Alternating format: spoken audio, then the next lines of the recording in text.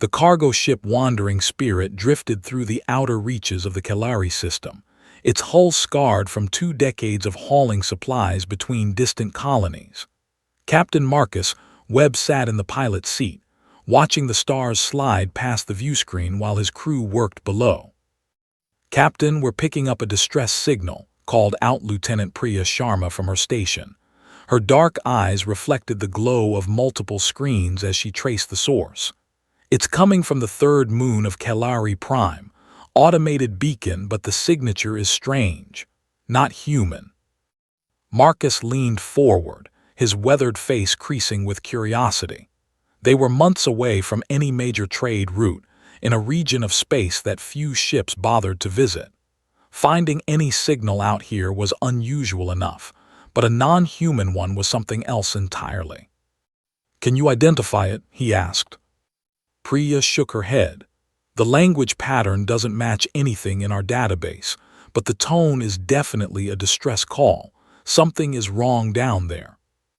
The Wandering Spirit was not a rescue vessel. It carried farming equipment, water purifiers, and medical supplies for the struggling colonies on the edge of human space. Marcus had a schedule to keep and contracts to fulfill. Every day of delay cost money his crew could not afford to lose. But Marcus had been a father once. He had lost his daughter to a colony plague 15 years ago when she was only 7 years old. Since that day, he found it impossible to ignore any call for help, no matter how inconvenient. "Set a course for that moon," he said. "Let's see what we find." The moon was a barren place, covered in gray dust and jagged rocks. The thin atmosphere offered little protection from the cold, and the Wandering Spirit's sensors detected no signs of civilization or technology beyond the beacon itself. Marcus assembled a landing party of 5 crew members, including himself, Priya, the ship's Dr. Elena Vasquez, and 2 young deckhands named Thomas and Yuki. They descended in the shuttle through swirling dust clouds until they touched down near the beacon's source. What they found changed everything. The beacon was attached to a damaged spacecraft, clearly alien in design.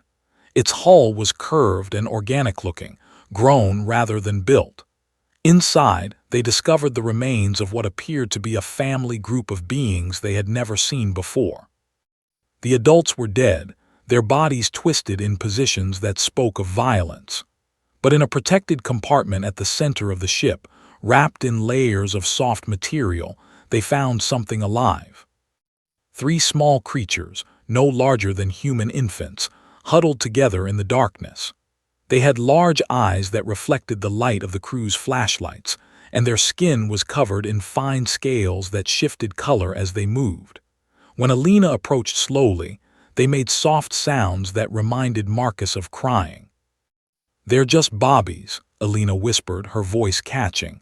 "Whatever happened here, someone protected them. Someone died to keep them safe." Marcus knelt down and looked at the small creatures. They were clearly frightened, but one of them reached out a small hand toward him.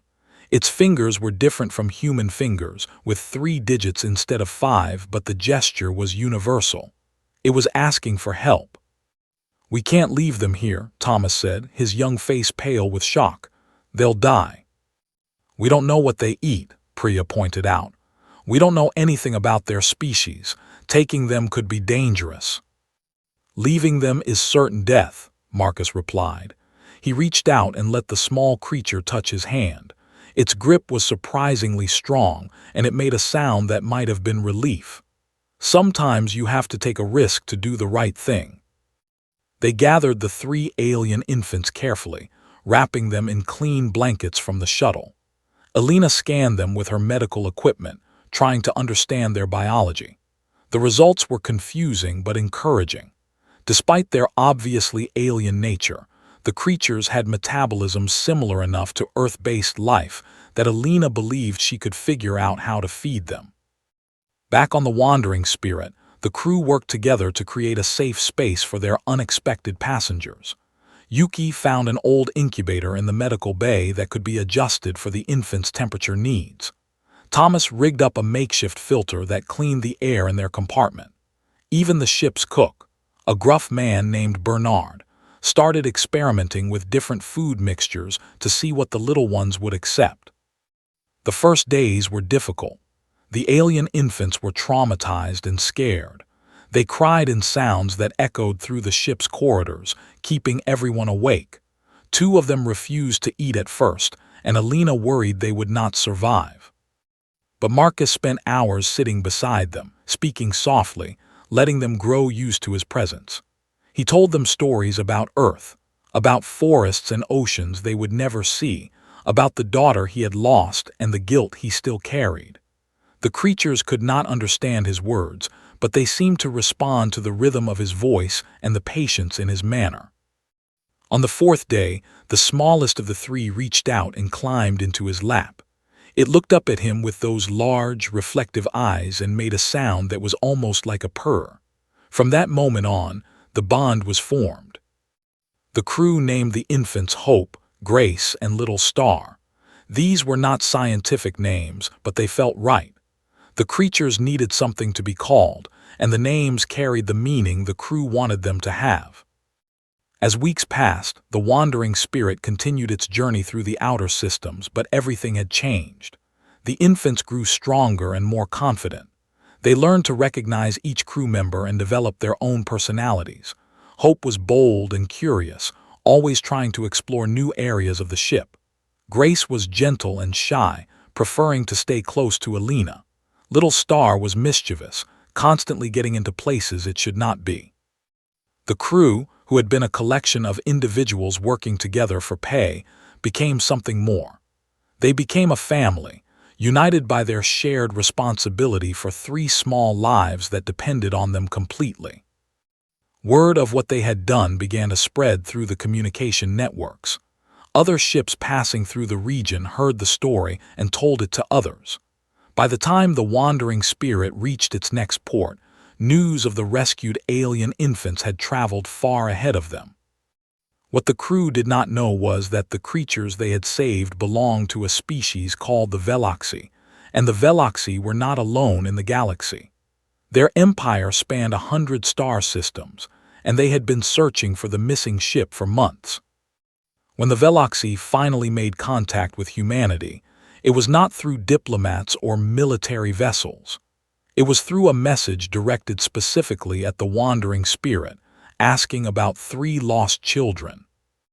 And so began the first true relationship between humans and an alien civilization, born not from conflict or trade, but from an act of simple compassion that Marcus Webb had never expected to change the universe. The Veloxi cruiser that appeared in orbit around the human colony of New Geneva was enormous, larger than anything humanity had ever built. Its presence caused immediate panic among the colonists and frantic communications back to Earth. Military vessels scrambled to respond, but they were weeks away. On the surface, Marcus Webb stood in the small garden outside the Colonial Medical Center where Hope, Grace, and Little Star were being cared for. The alien infants had grown considerably in the 6 months since their rescue, and they had become minor celebrities. Scientists came from across human space to study them, carefully and gently, trying to understand their biology and needs. Now their relatives had arrived, and Marcus did not know what to expect. Captain Webb called the colonial governor, a nervous woman named Helena Park. She approached with a tablet in her hands, her face pale. "The Veloxi ship is requesting to speak with you specifically. They know your name. They know the names of your crew. They know the names you gave the children." Marcus nodded slowly. He had expected this moment, though he had hoped it would come with more warning. "What do they want?" "They say they want to thank you," Helena replied, her voice uncertain. "But they also say they need to discuss something important about the children's future." The meeting took place in the medical center's largest room, which had been hastily cleared and cleaned. Marcus insisted that his crew be present, along with Dr. Alina Vasquez and the colonial authorities. He also insisted that Hope, Grace, and Little Star be allowed to attend if they wanted to. The Veloxi arrived in the form of a single representative, a tall being with scaled skin that shifted through shades of blue and green. Its eyes were large and reflective, like those of the children, but deeper and more complex. It moved with a grace that seemed almost fluid, as if gravity affected it differently than it did humans. "I am First Voice Kelara," the being said. Its translator device produced words in clear English, though the original sounds beneath were musical and strange. "I speak for the Veloxy people in this matter." Marcus stepped forward, feeling every eye in the room on him. "I'm Captain Marcus Webb. These are my crew, and these," he gestured to the 3 young Veloxy who were watching from behind Alina's legs, "are the children we found." Kelara's skin rippled with colors that Marcus could not interpret. The being knelt down slowly, bringing itself closer to the level of the children. It spoke in its own language, soft and melodic sounds that made Hope, Grace, and Little Star react with obvious recognition. Little Star was the first to move. It darted forward and touched Kelara's hand, making excited sounds. Hope followed, then Grace, both of them crowding around the adult Veloxy with clear joy. Marcus felt his heart tighten. He had known this moment would come. He had told himself he was prepared for it. But watching the children recognize one of their own kind, seeing how quickly they responded to Kelara's presence, hurt more than he had expected. Kelara spent several minutes communicating with the children in their own language. Then the Veloxy rose and turned back to face Marcus. "You saved these young ones from death," Kelara said. "Their parents were researchers, studying the outer regions of space. They were attacked by raiders who wanted their ship and equipment. The parents fought to protect their children and died in that protection."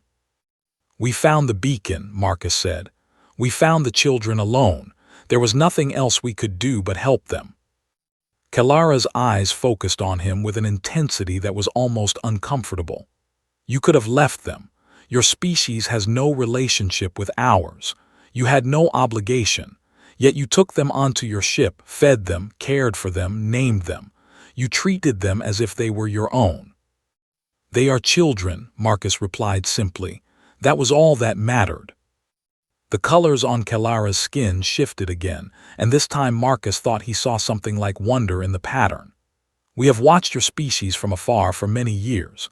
We observed your wars, your conflicts, your struggles with your own nature. We believed you were too dangerous to approach, too unpredictable. But this action, this one choice you made, has changed our understanding." Governor Park stepped forward nervously. "Does this mean you wish to establish diplomatic relations?" "It means more than that," Kelara said. "Among my people, the protection of young ones is the highest moral duty. Those who harm children are considered the lowest of all creatures. Those who save them, especially the children of strangers, are honored above all others." Kelara turned back to Marcus. "Captain Webb, you and your crew have performed what we call the greatest kindness. In our law and tradition, this creates a bond that cannot be broken. You are now family to these children, and through them, connected to the Veloxy people forever."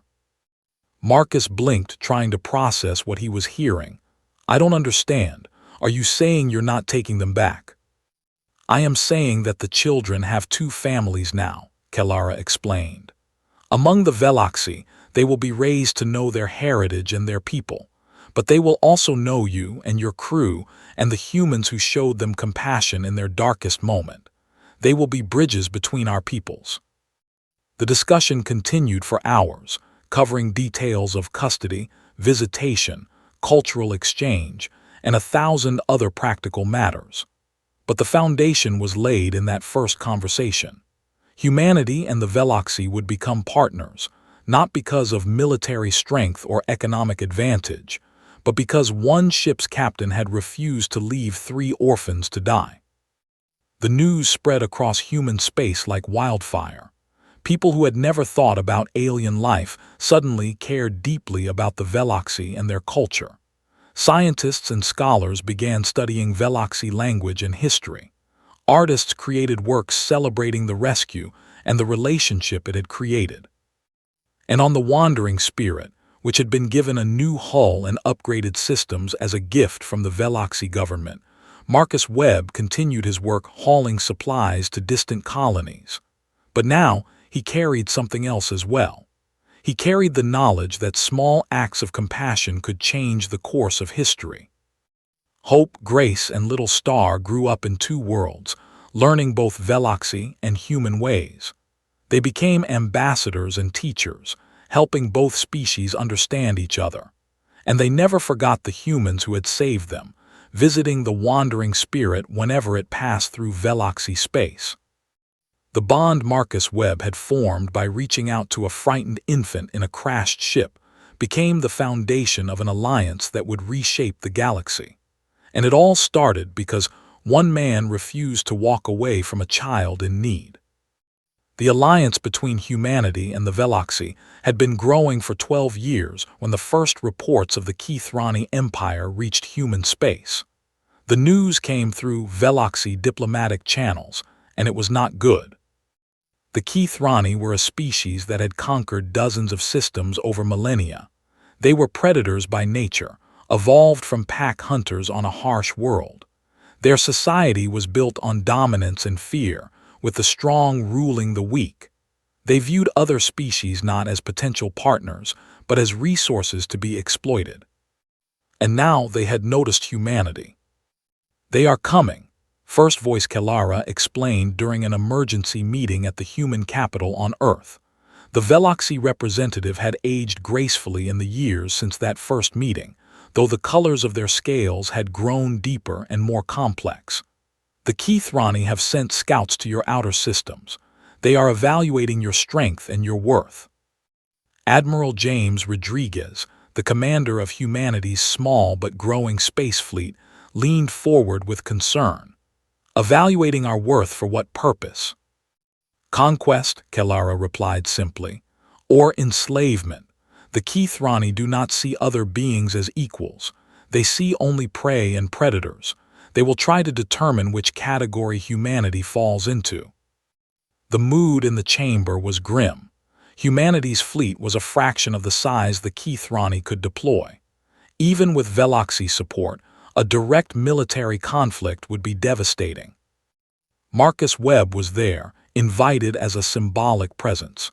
He was older now, his hair gray and his movements slower.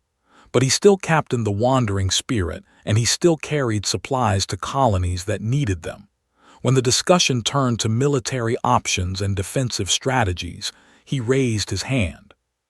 "May I ask a question?" he said. Admiral Rodriguez nodded, though his expression suggested he did not expect anything useful from a cargo captain. "You said the Keithrani are predators," Marcus said to Kelara. "But what do they do with the species they conquer? Do they kill them all?" Kelara's scales shifted thoughtfully. "No, the Keithrani maintain the populations of conquered species as workers and servants. They believe that strength deserves dominance and that weakness deserves servitude. It is their way." "Then they must have young ones too," Marcus said. "Children, families." "Yes," Kelara confirmed. "The Keithrani breed extensively. Their young are raised in communal nurseries by the lower castes. The parents focus on hunting and conquest." Marcus nodded slowly. An idea was forming in his mind, strange and uncertain, but it felt right. "When the Veloxy came to us, it was because we had saved 3 children. That act of compassion changed how you saw us. It created a bond that went beyond politics." "That is true," Kelara agreed. "What if we could do the same with the Keithrani?" The room fell silent. Admiral Rodriguez stared at Marcus as if he had lost his mind. "Captain Webb, are you suggesting we try to befriend a species that is coming to enslave us?" "I'm suggesting that predators and prey are not the only categories that exist," Marcus replied. "The Veloxy thought we were dangerous and unpredictable until they saw us protect something helpless. Maybe the Keithrani have never seen anything like that either."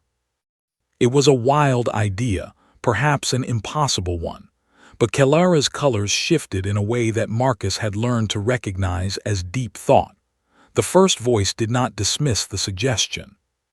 "The Keithrani have conquered many species," Kelara said slowly, "but none of those species has ever approached them with anything other than fear or aggression. What you propose, Captain Webb, has never been attempted. We do not know how they would respond." "Then maybe it's time someone tried," Marcus said. The plan that emerged from that meeting was complex and dangerous. A small fleet of ships, led by Marcus Webb himself, would travel to the edge of Keithrani space. They would not approach as warriors or diplomats, but as something the Keithrani had never encountered before. They would approach as helpers. The fleet included medical ships, agricultural vessels, and educational resources. They carried food, medicine, and technology designed to improve lives rather than take them. And they carried Hope, Grace, and Little Star, now fully grown and serving as ambassadors between human and Veloxi cultures. The journey to the Keithrani border took 3 months. When they arrived, they found exactly what they expected. A Keithrani patrol fleet intercepted them within hours, massive ships bristling with weapons and radiating hostile intent. "Unknown vessels, you have entered Keithrani space," came the transmission. The voice was harsh and growling, translated through equipment the Veloxi had provided. "State your purpose or be destroyed." Marcus replied calmly, "We are here to offer assistance. We understand that your people have been suffering from a plague in your agricultural worlds. We have brought specialists and supplies that may help." This was true. Veloxi intelligence had reported that the Keithrani Empire was dealing with a crop disease that threatened several of their subject worlds. It was not a crisis for the ruling Keithrani, who had plenty of food for themselves, but the lower castes and conquered species were facing starvation. The Keithrani patrol commander did not respond for a long moment. Then the transmission resumed. "Why would you offer help? You are prey. We are predators. This is not how things work." "Maybe we want to try something different," Marcus said. "We are not asking for anything in return. We are not trying to trick you. We simply want to help." Another long pause. Then the patrol commander made a decision that would echo through history. "Follow us. If this is a trap, you will all die. If it is not, we will see what happens." The human fleet was escorted to a Keithrani agricultural world called Thraxis. It was a planet of vast plains and struggling farms, populated by species that had been conquered generations ago. The residents were thin and tired, their crops withering from the disease that had spread across the continent.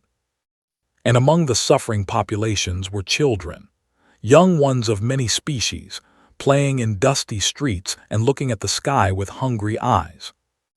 Marcus saw them and remembered 3 small creatures in a crashed ship, reaching out for help in the darkness.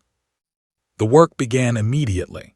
Human agricultural specialists worked alongside local farmers to analyze the crop disease and develop treatments. Medical teams set up clinics to help the weakest residents. And Hope, Grace, and Little Star moved through the crowds, speaking with their ability to bridge cultures, showing the conquered peoples that the universe contained beings who helped without expecting service in return. The Keithrani watched it all with growing confusion. Their culture had no framework for this behavior. They understood hunting and being hunted. They understood dominance and submission. But they did not understand why beings with advanced technology and capable ships would spend their resources helping strangers who could offer nothing in return.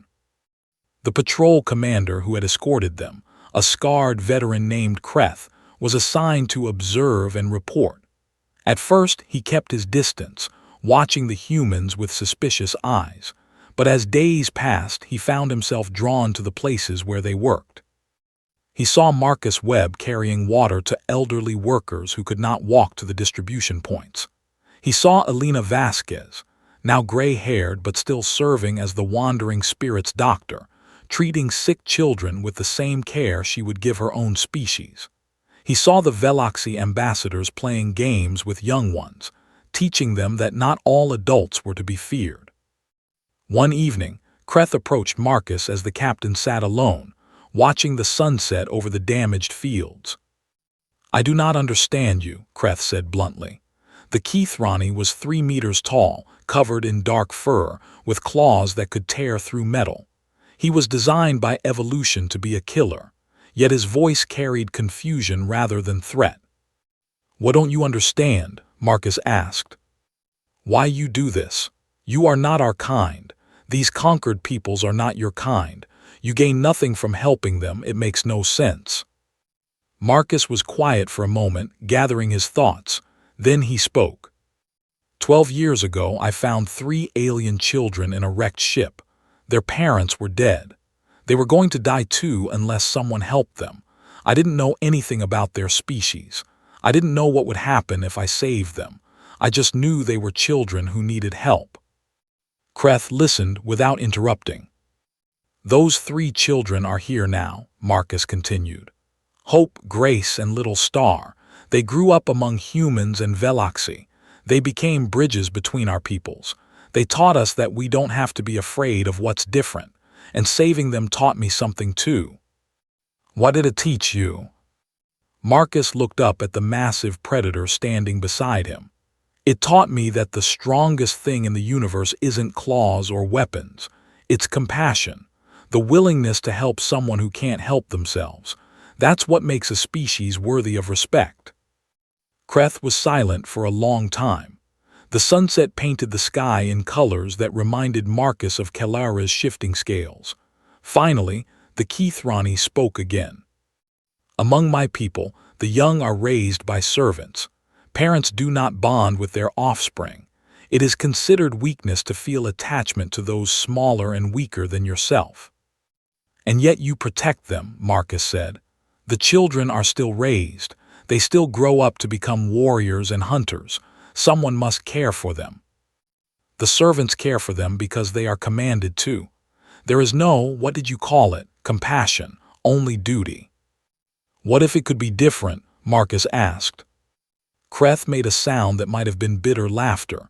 "You cannot change what we are. We are predators. It is our nature." "The Veloxi thought the same about us," Marcus replied. "They watched us from afar and saw our wars and violence. They decided we were too dangerous to approach. But when they learned about what we did for those 3 children, they realized there was more to us than what they had assumed." He turned to face Kreth directly, meeting the predator's eyes without fear. "Maybe predator and prey are not the only options. Maybe there's another way to be strong." The agricultural mission on Thraxis lasted 3 months. By the end, the crop disease had been controlled and the harvests were beginning to recover. The conquered peoples had more food and better health than they had experienced in years, and something else had begun to change. The Keithrani observers, initially sent to watch for treachery, had been exposed to a different way of existing. They had seen humans and Veloxi work together, not for conquest or profit, but simply to help those in need. They had watched the bonds of care between the rescuers and the rescued, the gentle treatment of the weak by the strong. Kreth was the first to crack, but he was not the last. When the human fleet prepared to depart, a message came from the Keithrani command structure. It was unprecedented. The Empire was inviting the humans to send representatives to their homeworld, not as prisoners or subjects, but as guests. The journey to the Keithrani homeworld was the longest of Marcus Webb's life. The wandering spirit, now flying alongside Veloxi diplomatic vessels and a small human escort, traveled deeper into the Empire than any non-Keithrani had ever gone. The homeworld was called Keth Prime, a massive planet of dense jungles and sprawling cities. It was a world built for predators, with architecture that reflected dominance and power. But when Marcus looked closely, he could also see signs of something else. He saw nurseries where young Keithrani played under the watchful eyes of caretakers. He saw families traveling together, parents and children, in ways that did not match what Kreth had described. The Keithrani High Pack, the ruling council of the Empire, received the human delegation in a vast amphitheater. Thousands of Keithrani watched from the surrounding seats, their eyes reflecting the lights like a sea of amber stars. The High Alpha, the supreme leader of the Keithrani, was ancient and scarred, with fur that had gone gray with age. His name was Vrakas, and he had ruled for over a century. He had conquered worlds and crushed rebellions. He was the greatest predator his species had produced in generations. And he was dying. This was not public knowledge, but Marcus could see it in the way Vrakas moved, the careful way he breathed, the subtle signs of a body failing. The High Alpha had perhaps a year left, maybe less. "You are the human who saved the Galaxy young ones," Vrakas said. His voice was still powerful, but there was a wheeze beneath the words. "You are the one who came to Thraxis and helped the conquered peoples for no reward." "I am," Marcus confirmed. "Why?" It was the same question Kreth had asked, and Marcus gave a version of the same answer. But this time, he added something else. "I'm an old man," Marcus said. "I've lived a long life and I've made many mistakes, but the one thing I've done that I'm most proud of is reaching out to help those children in that crashed ship. It didn't matter that they were different from me. It didn't matter that I didn't understand them.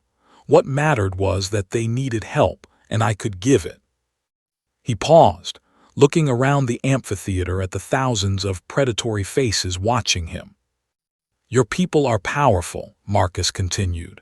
"You have conquered worlds and built an empire, but power isn't just about what you can take, it's about what you can give. The strongest beings I've ever known are the ones who use their strength to protect the weak, not to dominate them." Vrakas studied him for a long moment. Then the High Alpha did something that shocked every Keithrani present. He laughed. "You are either very brave or very foolish," Vrakas said. "Perhaps both. You come into the heart of our empire and tell us that our entire way of life is wrong." "I'm not telling you it's wrong," Marcus replied. "I'm telling you there might be another option. The Galaxy thought they had us figured out. They were wrong. Maybe we're wrong about you too." The meeting continued for hours, with discussions about trade, diplomacy, and the future of relations between the three species. But the real change happened elsewhere, in smaller conversations and quieter moments. Hope, Grace, and Little Star moved through the crowds of Keithrani, speaking with young warriors and curious civilians. They told their story, how they had been orphaned and saved by beings who owed them nothing. They showed by their very existence that predator-prey dynamics were not the only way to build relationships between species. Kreth, who had accompanied the delegation as a guide and advisor, found himself speaking with young Keithrani who wanted to know what he had seen on Thraxis. He told them about the human doctors who had treated sick children without asking for payment. He told them about the Galaxy ambassadors who played games with young ones instead of commanding them. He told them about Captain Marcus Webb, an old human with no claws and no power, who had somehow convinced a predator to question everything he believed. The seeds were planted that day. They would take years to grow, and the changes would not be smooth or easy. The Keithrani Empire did not transform overnight, but the first cracks appeared in the foundation of their worldview, and those cracks would eventually reshape everything. When Marcus Webb died peacefully in his sleep 15 years later, at the age of 87, he was mourned not only by humans and Galaxy but by a growing faction of Keithrani as well. They called him the First Father, the human who had shown them that compassion could be a form of strength. The wandering spirit continued its work, now captained by a crew that included humans, Galaxy, and even a few reformed Keithrani. They traveled to worlds in need, bringing supplies and hope, continuing the mission that Marcus had started so many years ago with 3 orphaned infants. And Hope, Grace, and Little Star, now leaders in the newly formed Galactic Compassion Alliance, told their story to every species they encountered.